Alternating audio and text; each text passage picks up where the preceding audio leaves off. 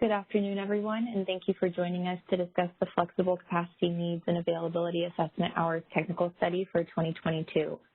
My name is Isabella Nicosia, representing ISO Stakeholder Affairs, and I'll be facilitating the web conference today.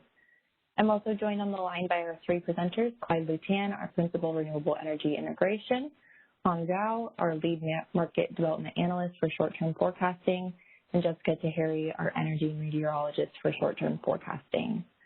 On the line with us, we also have Amber Motley, our Senior Manager of Short-Term Forecasting, Jordan Pinos, Senior Counsel, and Carl Meeson, Senior Advisor of Infrastructure and Regulatory Policy. The presentation, along with the draft 2022 Flexible Capacity Needs Assessment and the 2022 net load data, is available out on our recurring process webpage. We will be taking questions throughout the call today, and you can enter the question queue at any time by pressing #2 on your telephone keypad. Just a reminder to everyone to please start by introducing themselves before asking their question. We are recording today's call. The recordings are for informational and convenience purposes only, and any related transcription should not be reprinted without the ISO's permission. So the purpose of today's call is to discuss the assumptions, methodology, and draft results of the monthly flexible capacity requirement, as well as the availability assessment hours technical study, and specifically calculating the requirements for all of the LRAs within the ISO's footprint for both RA compliance year 2022 and then the advisory flexible capacity requirements for compliance years 2023 and 2024. The agenda for today's call, we're going to start off with just a bit of background and then go into process review, including the expected build out from all the LSCs, which includes both CPUC jurisdictional and non-jurisdictional. We'll discuss the load, wind, and solar profiles, as well as the calculation for 3-hour net load upward ramps, adding the larger of either the spinning reserve portion of contingency reserves or the most severe contingency, and the calculation of the monthly flexible capacity requirement. And then finally, we will give an overview of the methodology used for system, local, and availability assessment hours for both the 2023 availability assessment hours and the 2023 and 2024 draft availability assessment hours. So with that, I will hand it over to Clyde Lutan, and we'll get started. Okay, thank you, Isabel. Well, flexible capacity, most of you have been listening to this presentation over the past years, but flexible capacity now is very important and it's essential in operating a reliable grid. And this is really due to the fact that within the Cal ISO resource mix, we got a lot of solar and we got a lot of rooftop PV, and that's what makes the need for flexible capacity, so essential. So some of you, if you try to compare the ISO with places like ERCOT, and they do not have a lot of flexible capacity needs, it's because they have a lot of wind. Wind does not create the kind of flexibility needs as you see with solar and rooftop PV. So hence, this is really essential for us to maintain reliability. So in order to do that, we need to ensure that each LSC as scheduling coordinator, they make a conscious effort to show in year-ahead time frame and also the month-ahead time frame they have adequate flexible capacity for each month. So we also like to go into more details. We ensure the LSCs, they need to contract for adequate capacity to meet expected flexible capacity needs for each month. Year ahead, showing is 90% of that need. Month ahead, it's 100% of that. Net qualifying capacity needs to be able to meet the LSC's peak demand in addition to, well, not in addition to, but part of that is comprised of flexible capacity and the contingency reserve needs. All resources participating in the ISO markets, they need to have an RA contract me and then within that RA contract, they must have an RA must-have obligation. They're required to submit economic bids into the ISO real-time market. This is consistent with, and it has to be consistent with, with the three buckets that Hong is going to get into in his presentation. Next slide, please. So what it is we do and what kind of information we need to do this analysis. We start off with the CEC's IPA, demand forecast. This is the 1 and 2, mid, and we pick from that the 2022 year forecast through 2024. CEC submits this, I think it's through 2030, but the most important years for us is the binding year, which is 2022, the 2 advisory year, which is 23 and 24. CEC also has in their submittals the expected PV production. This is the annual meter PV production, and also the hourly AAEE. So each year in December, we send a request out to all load-serving entities to tell us the existing renewables that they have on the system. So in this case, what they had existing in 2020, and then what they expect coming in the subsequent years. And also, we ask things like, when is that renewable expected to come in? What month? So we can model this or try the best to model this correctly. We also like to ask, but we also do ask for external entities, well, not external entities that contracted with LST or load-serving entities inside California to tell us if that energy is going to come in as a dynamic schedule or fixed schedule, because what we do is we include the dynamic piece of that energy into the flexible capacity analysis. So again, the operating date is important.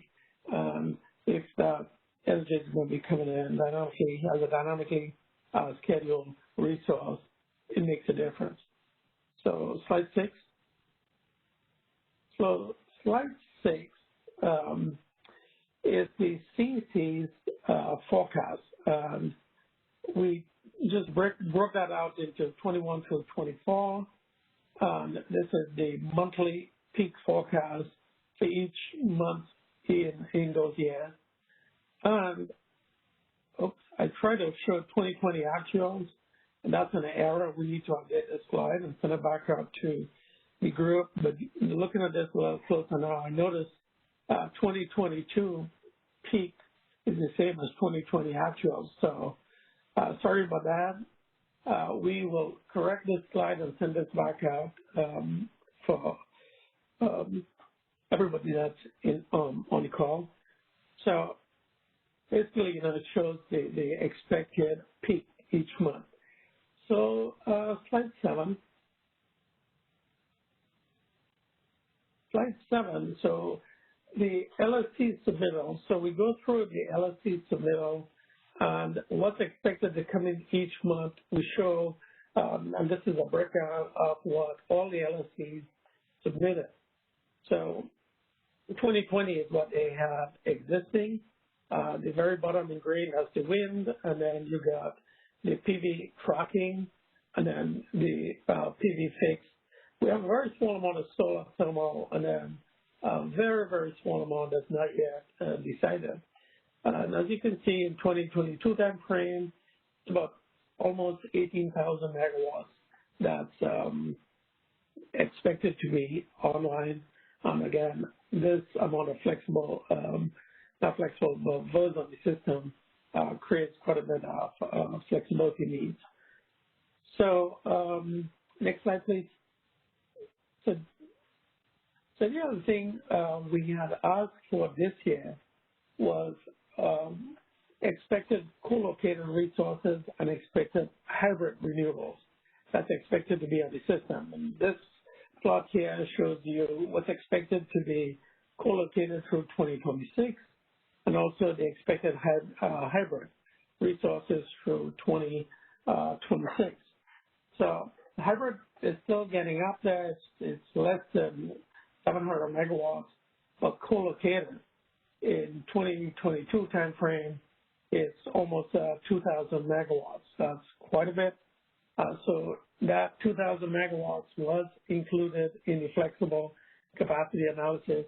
This year we made a decision to exclude hybrid resources, but we're going to take a closer look at how hybrid resources are operated or are being operated, and then we're going to have to circle back and either make a decision to include hybrids in subsequent years if we do see a lot of variability being created by hybrid resources. Let me just pause there for a second and see if there are any questions.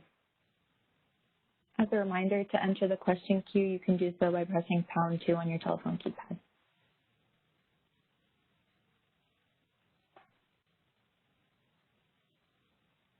Do you have any questions? Oh, I do see a question that just came in on the line. Okay, go ahead. Okay.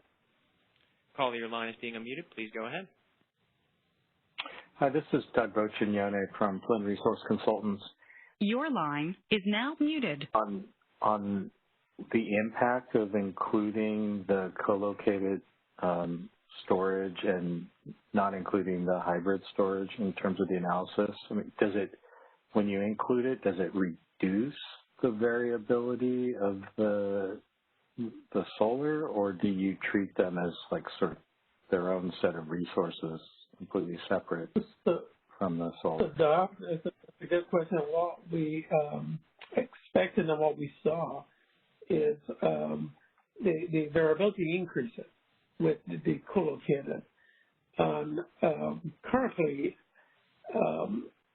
the expectations would be, and this is what we're hearing right now, the excess and the storage piece is not going to be used to flatten out the either the wind or the solar portion, when they're producing energy, right? So if they got excess energy, that's going to be used to charge the batteries, and when they have like during sunset, they could use that energy to generate onto the grid. But currently, it was not 100% clear if how those batteries are going to be used in real time. If as I said, were they going to be used to mitigate or to flatten out the profiles? So what assumption? I mean, did you base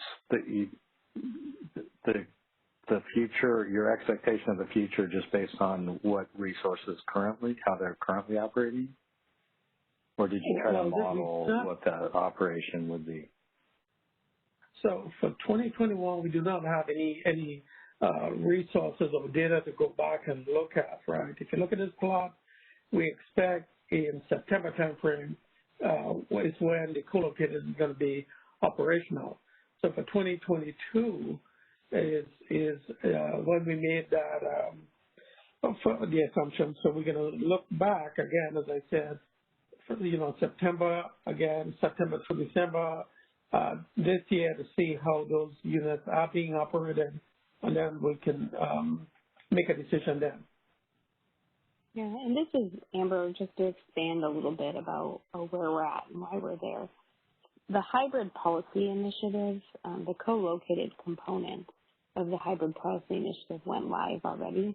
Phase 2 is going live, is planned to go live in fall of 2021. There's key data points within the Phase 2 go live that's needed to incorporate the hybrid resources. Within that policy initiative, there's the requirement that we get telemetry information at the renewable component level. So we're looking at that as a reason, and once we get data from there, we can see the behavior that's happening. And there's also two different resource characteristics that are different between the co-located resources and the hybrid resources.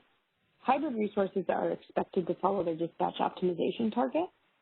And that's where Clyde was saying we want to see and watch their behavior in that market optimization, where co-located resources under certain conditions are able to produce as capable for that renewable side. They have two resource IDs. You have a resource ID for the PV and you have a resource ID for the battery, where the hybrid resource has one resource ID and the PV and the battery are underneath it. So the main reason the co-located is incorporated is we know that that PV has its own resource ID, very similar to solar resources currently. It does have conditions in which it can produce as capable on the system. Where the hybrid resources, we're waiting for phase 2 of hybrid project to go live, which is anticipated for fall of 2021, and we really need to see how they're going to behave, and we need that critical data point of the VER component telemetry. Exactly. Thank you for the explanation. Just trying to understand like what the impact is on of these two different types for this assessment of the amount of flexible capacity needs. And is it correct to say that the co-located, you treat the solar as standalone, just like any solar, and then the battery portion of it is, you made some assumption about the impact on increasing the amount of flexibility that's required, or you didn't make any assumption about that? No. So when you look at just the installed capacity, right, that's expected to come in, as I mentioned, right, with solar, increased capacity increases flexible capacity needs. So without even going into a deep analysis, as solar capacity increases, flexible capacity increases, right? So this is a known fact we have seen over the years. Also, there were studies done. Carnegie Mellon is a good example. They did some detailed analysis looking at solar plants in California and also in different parts of the world. One of the biggest conclusions was beyond 5 to 7 solar plants, between 1 to 7, you do see a slight reduction, but beyond 7 solar plants, the flexible capacity just increases. So that's a big takeaway from the studies that they did. Also, we saw from, just to sidetrack for a second, I had mentioned ERCOT at the beginning. ERCOT, integrated wind is a lot different because geographic diversity minimizes variability when it comes to wind. It's just the opposite when it comes to solar. So again, with solar, if you look at this, the increase in solar installation, if you go back, and if you go back 2 more slides, Isabella, when you look at slide 8, right, one more down. When you look at this slide, you see that the installation is kind of flat. So all the new, and so some of the, we do have some conversions of existing plants into hybrids. Also the new ones that's coming in. That's why really that co-located, you see the increase. Because if you base your flexible capacity just on this, it tells you that the flexible capacity just based on what's expected to come in here is going to be more or less a flat. I would only change depending on the PV that's coming in. So when, you look at this, you look at the co-located, that's where the increase is showing up. As Amber said, for this, for 2022, we did, include the co-located. So you can go back down to the next slide, Isabel.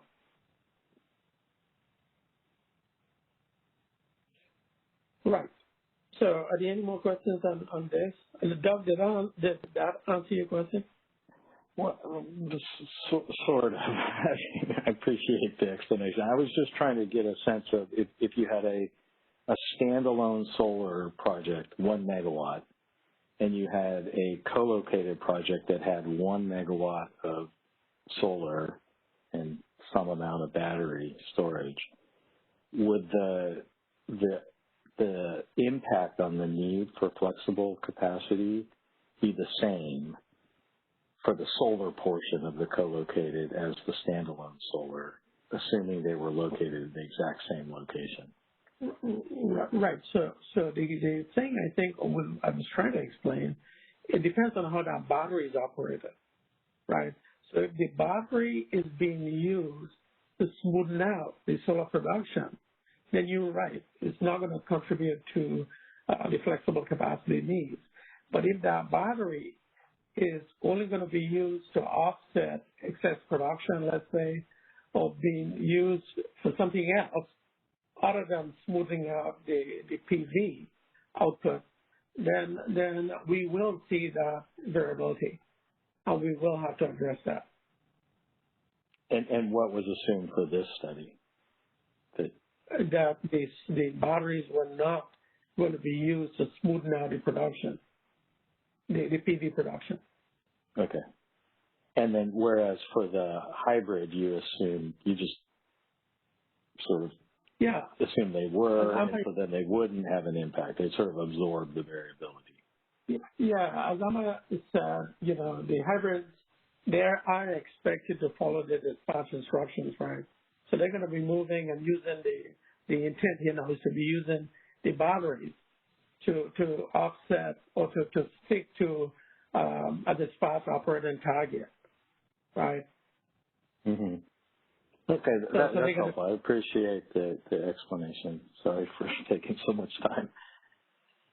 Okay. So one thing I want to add to that is these are two new resource types, right? So right now, the PV component of a co-located is going to get treated similarly to a standalone solar resource, but they're new resources. So though co-locateds are included in this study, we're going to keep analyzing the hybrid resources. We're also going to watch the co-located resources as well and revisit as we need to. But both of them in this study, co-locateds are included and hybrids are not. Hybrid resources are going to be following their dispatch optimization target, and co-located resources have the ability to produce that capable during certain conditions. Great. Thank you very much. So, Isabella, slide 9. Oh, we do have another caller on the line. Okay. Question. Caller, your line is being unmuted. Please go ahead. Hi, this is Chris Devin with Customized Energy Solutions. Hi, Clyde. So I just wanted to follow up on the discussion with Doug because I didn't quite follow, and maybe just try to reframe it just to try to get to a little bit more specific answer on the impact of the storage modeling. So, for instance, looking on slide 8, it shows that there's like around 700 megawatts or so of co-located solar expected in around 21 timeframe, and then, I don't know, maybe another 600 megawatts of storage. So I guess if you were studying the 700 megawatts of additional solar standalone, I get that increases the need for additional flexibility. So by adding the storage component to that, does that actually have a greater impact on flexibility the way you modeled it, or a neutral or lower the amount of flexibility that's needed based on the way you modeled it? I understand that the operational aspect is really going to have the ultimate need in the future, and you'll have that historic data in the future, and then you can maybe change how your approach is, but I'm just curious how you exactly modeled it for this needs assessment. So overall, Chris, if you look at these two plots, it would tell you that we are understating the flexible capacity needs by leaving off the hybrid. And the reason being, during sunset, we're going to lose that 500 or 600 megawatts of solar, just like the regular solar plants on the system, right?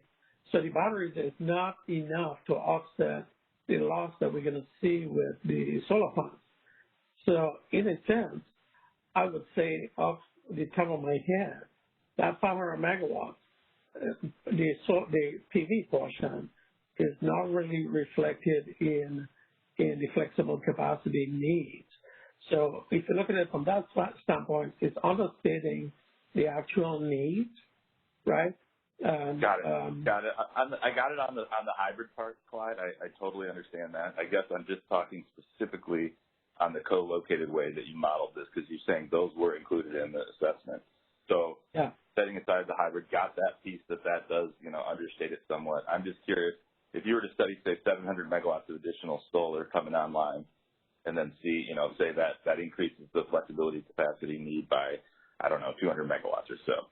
By adding in the co-located solar or storage piece of that, does that now make it higher than 200 or lower than 200? Does it increase the way that you modeled it? Does it increase the flexible capacity need based on the storage component alone? That's all I'm really trying to get at here on the co-located only. Sorry about this. It's going to increase and increase.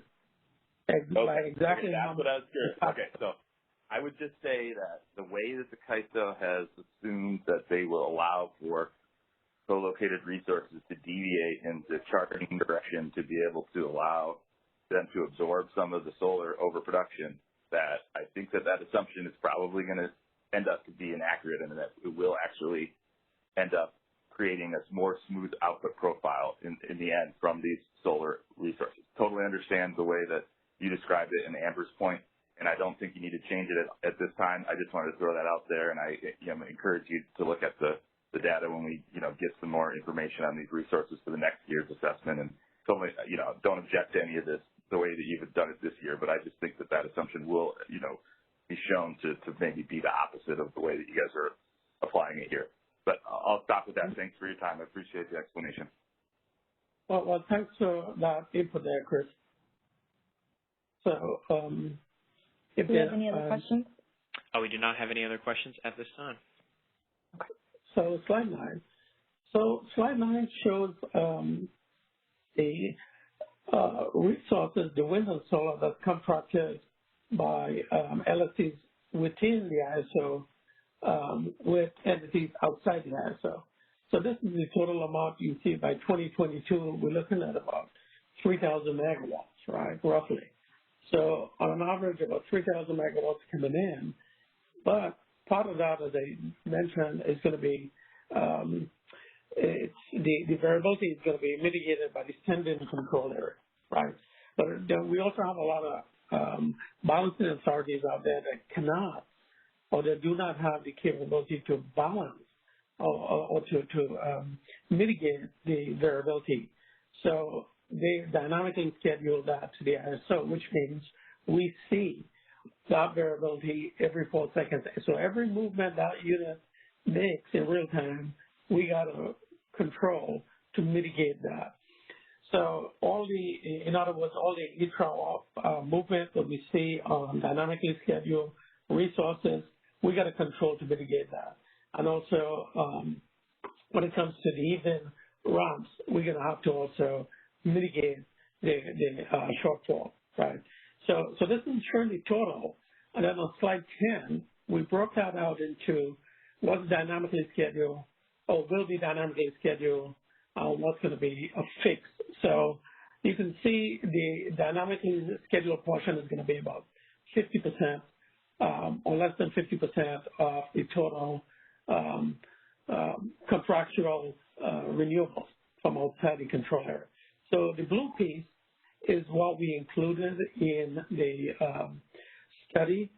I know this came up in the past. Is not the total blue piece, is the incremental, is what we look at, because in previous years, we do have dynamically scheduled resources that's already embedded into the calculation. So it's the incremental we add to the flexible capacity needs. So let's move on to slide 11, and then we can pause for a second again. So this here shows you the capacity we have for rooftop PV, or the expectation coming in. This is what the load 7 entities provided to us from the survey that we sent out. And then the green is the expected production that the CEC thinks that we're going to see from these. And this, again, is the peak. It's not a monthly peak. So we do have this data that we could break out monthly, but it was easier to show this here as a yearly capacity and the maximum production. So I guess we can go to one more slide and then pause. Slide 12. So slide 12 is taking all of that input data and trying to summarize that, right? So existing in 2020, we have right about 11,000 megawatts, and this is at the end of 2020. So all the numbers shown here is December, end of December. What we expect at the end of 2021, you can see it's almost 11, but most of that went towards co-located and hybrid, right? This is why it kind of shows flat. For 2022, it's about a 500 megawatt increase. So, and we all know with the renewable built out for 60%, it's going to be a lot more than this. A lot of that built out is going to be from solar, right? So the shift was just from the existing independent solar to like a co-located or hybrid resource. Wind is pretty much flat, as you can see, and so the total, if you look 1, 2, 3, the fourth line, the total variable industry resource capacity, it's about 16,000. And then the non-ISO, dynamically scheduled solar, it's about 500. Dynamically scheduled wind, it's about 1,000 megawatts. Co-located that we use in this analysis here is 1,000. And then that's it. The total dynamically scheduled and existing load, it's about 17,000, almost 20,000 megawatts for the 2022 analysis. The green at the bottom is just the incremental rooftop PV. That, as I said, that was already embedded in the load from the CEC's forecast. So this is just showing, folks that in California currently, we've seen installation of roughly 100 megawatts a month with rooftop PV coming onto the system, and that's having an impact on system operation.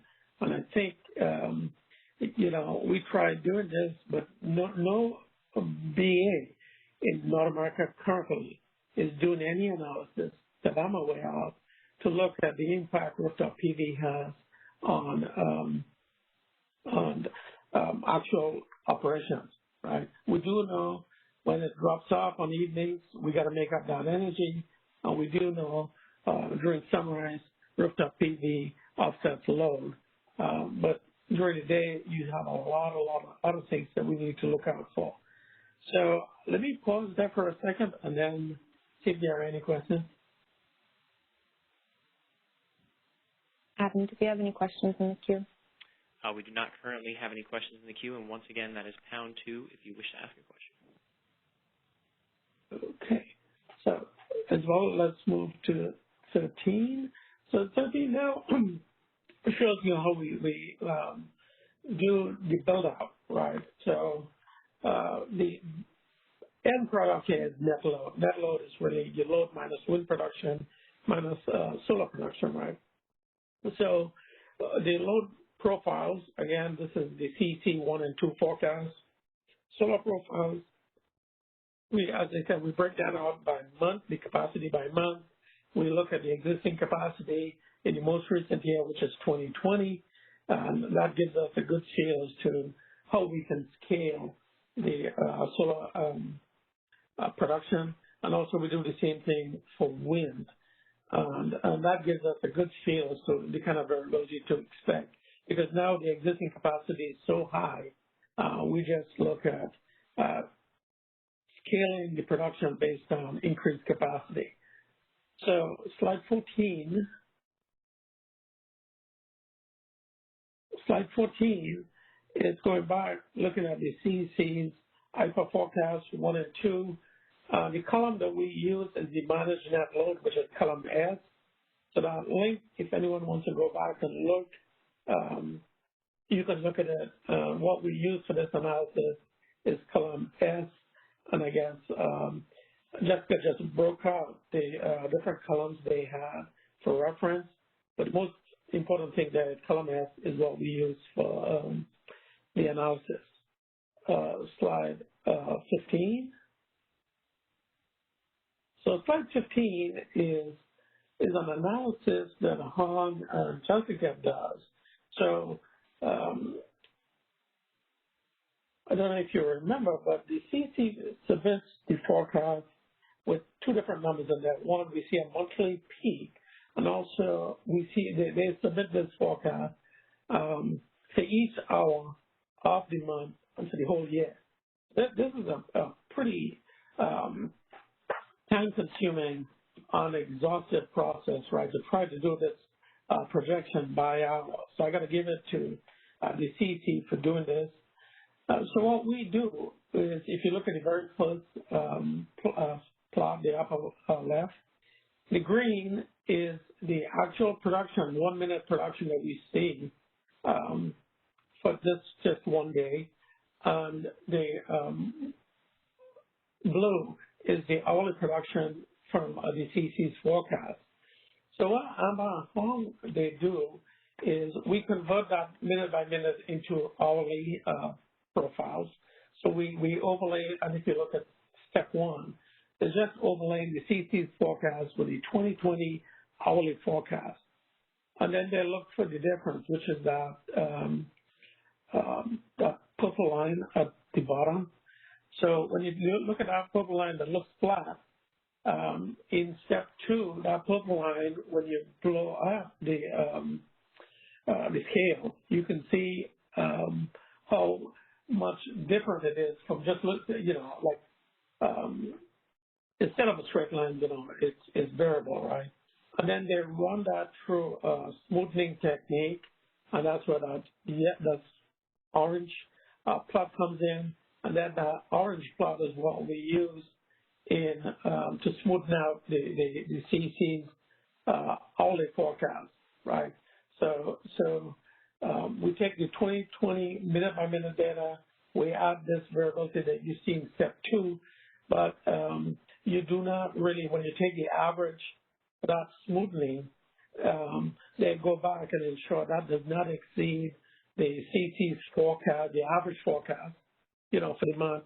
So there are some balances and checking and balances that goes on here. So the smoothing does not really impact the forecast in that when you take the average, it does not exceed the CC's forecast. So this is the smoothing technique that we use so that we can, because when we do the flexible capacity needs, we look at the minute by minute variability. So hence this is the reason why we try to smoothen out the profiles so the results are not going to be skewed. So with that, one more slide and then we're going to pause.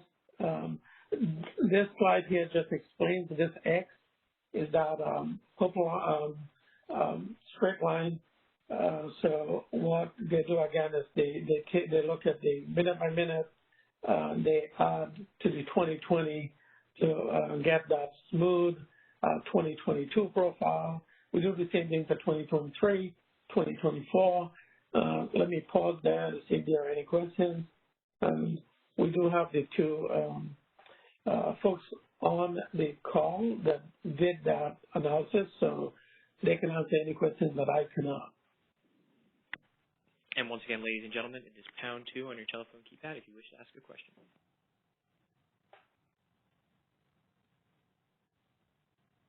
All right, and I do see we have a question on the line. Caller, your line is being unmuted. Please go ahead. Hi, yeah, this is Douglas Johnson from Chelan. Hey, I just wanted to have a question around if this type of analysis is factoring into frequency response needs at the ISO, and with that being, if that being the case, has the requirements trended higher in regards to needs for frequency response? So Doug, that's a really good question. But the analysis that we do here is showing the needs that we could control. So we're going to issue, like we issue dispatch instructions to move resources to meet this flexible capacity needs, right? And when it comes to frequency response, that's an autonomous action that you get from the governors on units that are governor controlled, right? So that's not included in this analysis. That's something separate. The ISO is looking into a frequency response product. Probably, I think that's later on this year or sometime next year. That's when we're going to look at this need, and that's going to be separate from this flexible capacity need.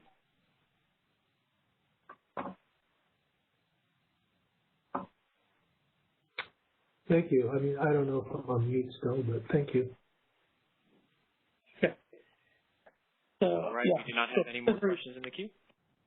Yeah. So frequency response is a big deal now. Over the years, that now is the primary line of defense that each BA has. So you must be able to, or each interconnection, RX frequency, so frequency response trumps everything.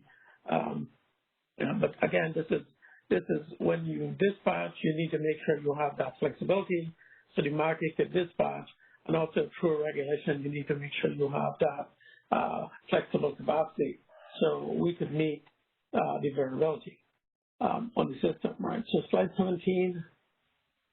Slide 17, again, this is showing how we do the solar growth. And again, is looking at, like for 2021, we look at the capacity each month. In this case, if this is January, look at the capacity in January. We look at the capacity that existed in 2020. We do this, we look at every minute, we do that scale. We do this for each month, and that's how we end up with a solar profile and a wind 1 minute profile that we overlay with the load profiles to calculate the net load profile. So 17 and 18 is pretty similar.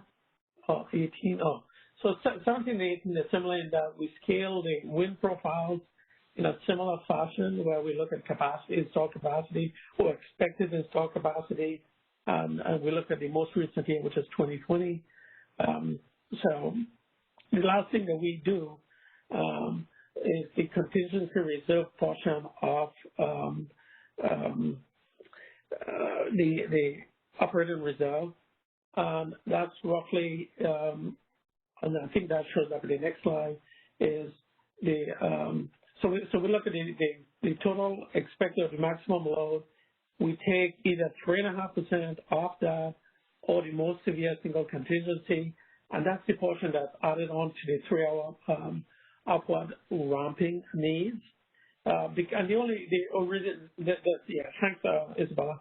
So the flexible capacity requirement is we take the maximum 3-hour ramp, and then we add on to that the most severe single contingency, or 3.5% of the expected peak load. And the reason why you do this is when you get into a 3-hour ramp on evening, that you could still have a contingency. If you have a contingency, the ISO has to still meet or balance that 3-hour ramp. In addition to, we got to recover from a contingency in 10 minutes. So that flexible capacity needs, when I say flexible capacity needs, this MSSC was 3.5%. Even though we add that on to the flex requirement, it's really a faster requirement in that the other one is divvied up across 180 minutes, but the other one is across 10 minutes. So you, again, you need to recover a contingency in 10 minutes, even though you're in an upward ramp. And the reason why that's so important, if you recover in 10 minutes and 5 seconds, that's fail, and that comes with a heavy penalty. That penalty could be as high as $1 million in fine per event. So we do not want to be caught off guard failing one of these contingency events, right? So again, that's really important to add this onto your 3-hour ramp to ensure that we have enough flexibility to meet that ramp and also recover from the most severe single contingency of the system. And this just, everything else shows you, what those terminology means. So let me pause there for a second and see if there are any questions on this slide. Do you have any questions, Adam? We do not have any questions in the queue at this point. Okay, so slide 20 is about. So slide 20, this is just a summary of the 2022 flexible capacity, the 3-hour ramp and the flexible capacity needs.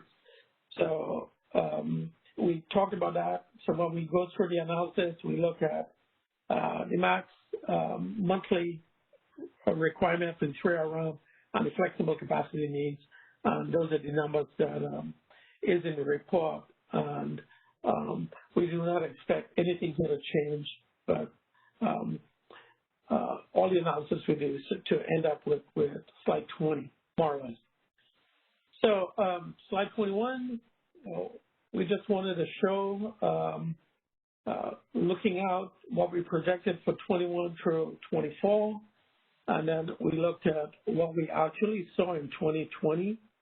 2020 was not a good year to look at because this is, COVID started, right around March.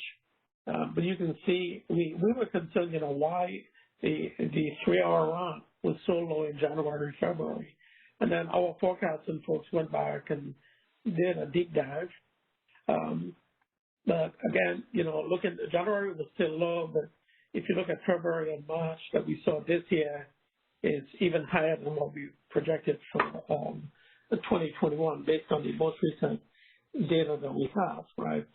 So again, 2020 is not a good year to use as a comparison, only because loads were lower, a lot of things changed.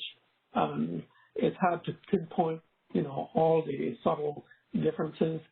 And with that, I think we can move on to slide 22. Slide 22 shows the flexible capacity needs. So this is taking the previous slide, added on that either MSSC or 3.5% of peak load. This is the flexible capacity for 2022, and it's the advisory for 2023 and 2024. And this is, again, is in the report. This is not expected to change. So with that, let's move on to slide 23. Slide 23, what we showed here is when we publish the 3-hour ramp and we publish flexible capacity, we look at the system not with curtailments because it's very, very difficult to predict when you're going to be curtailing renewables. And since we do this a year in advance, it's nowhere we can do or do this prediction with any kind of accuracy. So all the numbers that we post, if you look at the blue, is comparable to what we said. This is what the forecast 3-hour ramp is going to be. And when we do curtail, depending on a lot of different things, and when we curtail, if you add back that curtailment, you can see the 3-hour ramp, what it is going to be. So the orange is really what we presented in the previous slides. It could be lower, it could be the same.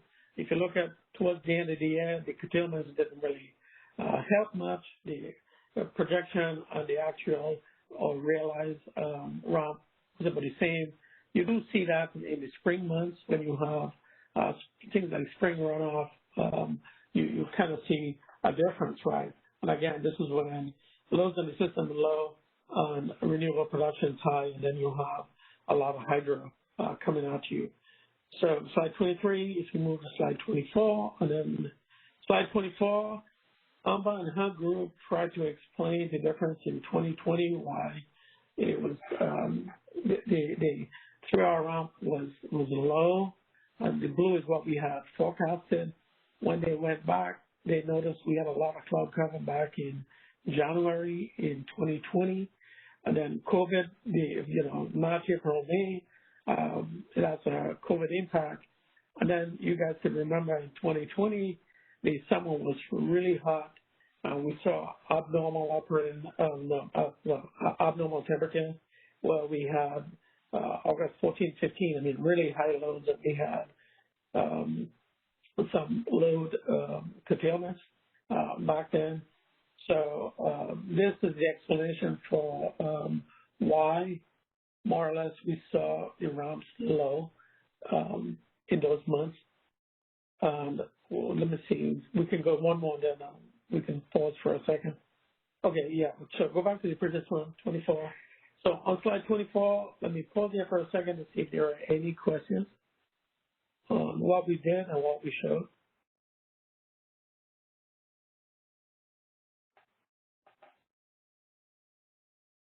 Any questions? We do not have any questions on the line at this time. Okay, so slide 25. So slide 25, we went back and did a deep dive analysis on 2020 just to see what it is we're seeing. Because, when we started this exercise many years ago, more or less, the 3-hour ramp was something new. And then the assumption was that the 3-hour ramp was evenly distributed across that 3 hours. What we started to see now is it could be, you could look at this, if you are a system operator, this is pretty scary. What this tells you, on any one of those days, that red dot is really the peak for that day. So if you want to look at, let's say, February, you can see what our peak dot is. So the peak for that day was about 30,000 megawatts. But the 3-hour ramp was over 15,000 megawatts, which means in 3 hours, we got to ramp up really what your load was on that day, which is a lot of megawatts to move in 3 hours. And again, the parallel I like to draw is, remember, SMUD peak load is about 2,500 megawatts. We try to move, a lot more than SMUD peak load. You can look at the orange, like 3 times SMUD peak load in an hour. So in the old days, we had, from about 6 a.m., we had 6 to about 4:30, 5 o'clock, and then during the winter months, about 8 at night. You had all those hours to ramp. Now you have 3 hours to meet this huge ramp, and in some cases, in 1 hour within that 3 hours, you got to meet more than 50% of that 3-hour ramp. So this by itself, without going into any further analysis, tells you that we need faster moving or faster ramping resources on the system. So it's something that we started to take a deeper look at. You guys are going to hear some more about this as time goes on. So this is slide 25, just, it's not just looking at a 3-hour ramp, but it's trying to put it in perspective what it really means. So slide 26. Slide 26, we wanted to show when we curtail. So you can see we curtail almost every month of the year. But the major curtailment happens in April, May, June. April, again, the spring runoff. May, we saw a lot of spring runoff last year. This is actual data, by the way, that we observed in 2020. The y-axis is megawatt hours. So you can see we do quite a bit of curtailment. And that has a direct impact on the 3-hour ramp on flexible capacity needs. Now, when you look at the same data by hour, which is slide 27, you can see where we do the curtailment is really between sunrise and sunset. So this is where you tend to see the price of energy go negative or really cheap. But again, we do quite a bit of curtailment, and we're doing a lot of things. ISO has a lot of initiatives right now to raise the ability to adapt. We plan to use storage, a lot of different ways to help or minimize curtailment of renewables. So again, slide 27 is simply to show when we do the curtailment. Slide 28. Slide 28, again, we like to show this slide in that a lot of folks that's not familiar with how the grid works, they think it's very easy to predict your production or your net load from one day to the next. And we just, well, at least I wanted to show how difficult it is for the forecasting folks to take all this data and try to predict what your net load is going to be for the next day and predict what that maximum ramp is going to be. So we got to make sure that the day we hit that maximum ramp, we have the capability to meet that ramp. And when you look at this, you can see it shifts in the horizontal axis and the vertical axis. So it's quite a bit of megawatts from the lowest net load curve to the highest. So again, the point here is not an easy task to predict net load. A lot of people think that, on any given day, it's a pretty easy thing to do, but it's not. So slide 29. So this is my last slide. Again, we wanted to show the net load. We wanted to show the 3-hour ramp. And if you remember, we had projected a 3-hour ramp at 13,000 megawatts. Well, this year, on February 28th, we hit 17,259. And we had also seen a 9,000 megawatts in 1 hour. So it's a lot of movement we see on the system today. On the net load, we had predicted 12,000 megawatts by 2020. Look at what we have today. We saw 3,600 megawatts more or less on March 13. And then, Doug, you had asked this question. That operating at these low levels, brings a lot of things into play. Do you have enough units on the line that have governor control to provide frequency response? Do we have so a lot of other operating needs shows up on this plot. This plot really shows you the need for flexible capacity, the oversupply that we expect during the middle of the day. And then one last thing that we do not really show with the 3-hour evening ramp is now the problem started to shift during sunrise, where we see a lot of megawatts coming onto the system. You do not have a lot of resources to back off. And at the same time, you have rooftop PC offsetting loads. So this is another area we started to look at closely. So hence, the doc's telling us a lot of things we're trying to do. We have 8 initiatives right now in the ISO's website trying to address or the plot in the belly of the stock. So with that, but this is my last slide to see if there are any questions before I pass this on to Hong. As a reminder, to enter the question queue, you can do so by pressing #2 on your telephone keypad.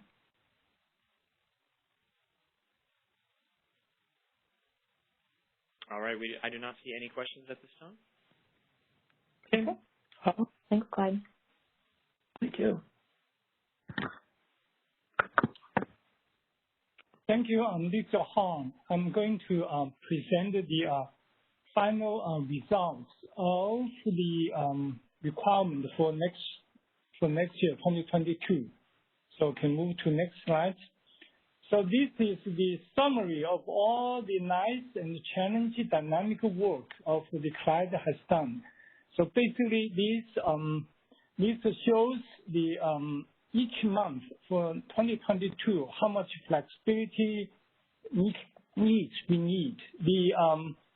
The takeaway point is, well, we have between 16,000 to 20, less than a little bit around the 20,000 of flexible needs we need to acquire. So you can see the pattern is summer we need a little less, and winter and spring we need a little more. So then I could stop my presentation right here because that's all. But I'm going to kind of look at these boards at the 3 different perspectives, 3 different angles.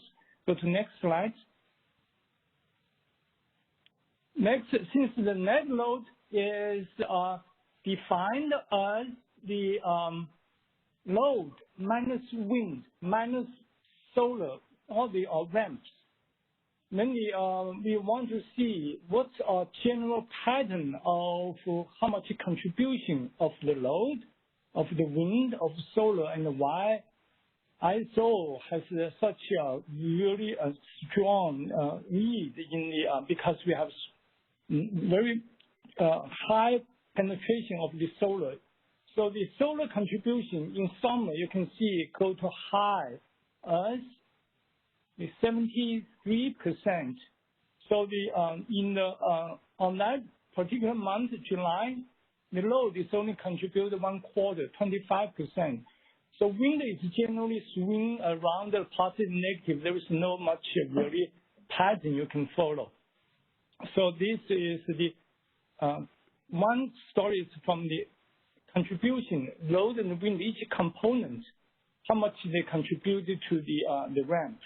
And basically with, when the solar goes down, then we have this pretty fast need in this flex ramp. Go next slide. So this is the second story is we are trying to color those red bars, the starting point of my presentation, to 3 different categories. You remember the ISO has very famous duck, and it's just a color into the first bar is kind of the tail of that duck is the base flexibility. We needed to determine how much magnitude the largest 3-hour secondary net load, which is in the morning.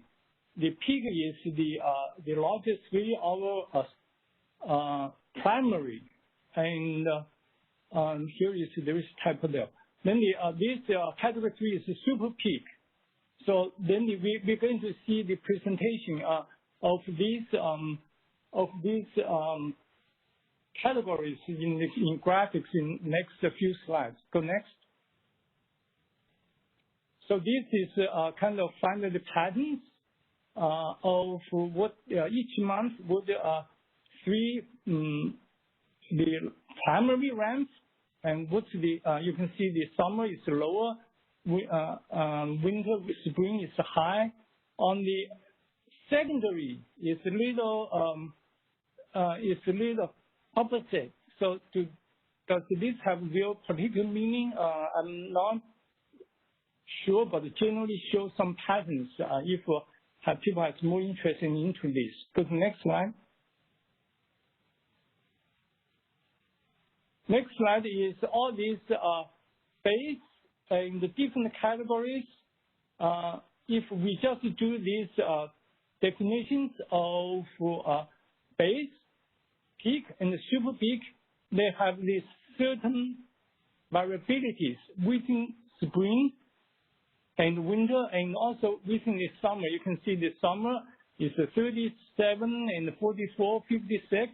This whole purpose is trying to kind of get the average of the springtime and the winter time and the summertime, and do this kind of smooth out the little fluctuations. So then generally on the summer, we need 45 of peak of the total requirement, we need the 45 of peak flexibility, and in 50 of this base flexibility. So we do this average. This is kind of just doing this smoothing and get a little more stable of to avoid too much variations within a month, among the months. Okay, go next slide.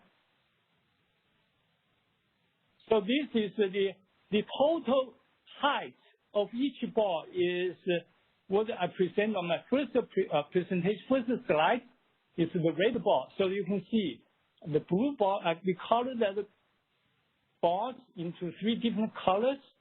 And here is the blue bar, is the blue part is the base, and the peak and the super peak. So this is general distribution. So this is the first look of how to look at these red bars. So I stop here to see if any questions. Do we have any questions in the queue? We do not currently have any questions in the queue at this time. Thank you. So I move to next slide. The next slide is the third perspective is generally we have this CPUC jurisdiction and non-CPUC jurisdiction. And for CPUC, you can see they are rate between 15,000 to 19,000 RAM needed from the CPUC jurisdiction LSE. So they generally, over years, they generally each month CPUC jurisdiction is around 95% of the total needs. And the load is around 90%, but their solar and wind build-up is around 96, 97. So that's on average, since the solar contributing quite more, that's the 95 total each month over years is pretty much stable right now. So go to next slide. Okay, so then the people will be interesting to see when we have this, how the each month the starting time of 3-hour net load RAM. When that started, you can see January started as 31 days of January started at hour ending 15. And in the summer, because the sun angle just shifting and the solar is just gradually go down with a later time, so the starting time is getting later. And then they go back to the winter, then you swing back to the 31 days on the December. So it's a nice pattern. You can see almost see the sun moving around this chart. And go to next slide. So then based on the previous slides, we see, hey, in the winter time, we see January, February, we need the most offer 5 hours from starting time is around 15 to 19. And in the summertime, we need from 17 to 21. Then the September is kind of shorter month, and sometimes the March is shorter month, but then on this next year is then the only shorter month is September, October. So then this is defined. The master offer obligation hours is based on when the solar when the net load ramp starting 3-hour ramp. So I think that's the end of my presentation. Yeah, then this is just a review of what I just said. It's just put in words in the summary. Thank you. And with that, if no question, I should shift it to the Jessica. Do we have any questions for Hong? As a reminder, you can enter the question queue by pressing #2. All right, I am not seeing any questions at this time. Okay, thanks, Hong. Thank you. All right, hello, this is Jessica Tahiri, and I'm going to go over the review of the availability assessment hours. Next slide, please. All right. So kind of the background and purpose of the availability assessment hours, or AAH, is to determine the hours of greatest need to maximize the effectiveness of the availability incentive structure. So resources are awarded for providing availability during hours of greatest need, and we're determining those hours annually, which we publish in the BPM. I'll go over in the next slide how, but basically we're looking at the top 5% of load hours within each month. And these are published in the BPM, and for more details, you can also see section 40.9 of the ISO tariff. So the methodology of how we calculate the availability assessment hours is we use the CEC IPER data that we described, Clyde described in the previous section, to obtain the hourly average load forecast, and we do that by hour, by month, for the years 2020 to 2024. And then what we do is we take the CEC IPER forecast by hour by month, and we calculate the top 5% of load hours within each month using an hourly load distribution for years 2022 through 2024. And then we determine the availability assessment hours based on those top 5% of load hours for each month. So we'll go in now to the results. So the ISO summer season for AAH is described as April through October. So these are all grouped together on the next two slides as our summer season. All the graphs I'll show, the actuals from 2020 are in the orange, and then the forecast using the CEC IGRA is for 2022 in the blue, and then for 2024 in the green. So you can see for the months of April through July, how the forecasted peak hour is shifting compared to 2022 actuals for the 2022 and 2024 forecast. I will note that, like for April, as Clive mentioned previously, for April 2020, we did see heavy COVID impacts. So that is likely a reason why the actuals in 2020 are a little bit shifted down. And then for May, we had some abnormally warm temperatures early in the season. So that could be a reason why some of the May 2020 actuals are a little bit higher and the data is a little bit shifted. But in addition, you can also see kind of the impacts of the increasing behind the meter shape that we'll have. But overall, the forecast for 2022 and 2024 still falls within that typical 17 through 21 AAH hours that we see. Next slide, please. All right, so looking at August through October, very similar trend to what we saw in like May, where we had very warm temperatures. I'm sure everyone remembers August through October of last year. So we had very high temperatures, which led to very high loads. So it's likely why some of the peak numbers are a little bit higher from 2020. You can see that the CEC's forecast for 22 and 24 does shift the peak to a little bit later hours compared to what we saw in 2020. In addition, it also lowers the peak a little bit, which could be due to the increase in behind the meter that will be expected during those time frames. But again, still in that typical 17 through 21 hours that we see for AAH. So taking a look graphically, the top 5% of load hours. So the y-axis is the frequency, and then the x-axis we have by month, and then the months are binged by color of how often we see that the hour in the top 5% of load hours for each month, and the hours are hour ending. So you can see that the 17 to 21 hours, so the orange through the light blue color, still make up the largest frequency of hours for the majority of the months here for the summer season, hours 17 to 21. All right, so next we will take a look at the winter shape forecast evolution from 2020 through 22 and 24. You can see that there's not as much of a change in the November and December shape as compared to what we saw for the summer time frame. There's a little bit more of a midday dip out, but overall the peak shape and hours of peak are generally the same. The values of peak for the forecast are shifted a little bit higher, but overall the shape and the hours that it's occurring are still the same for the forecast as to what we saw in 2020. Next slide, please. Finally, we'll take a look at the January through March final winter season as well.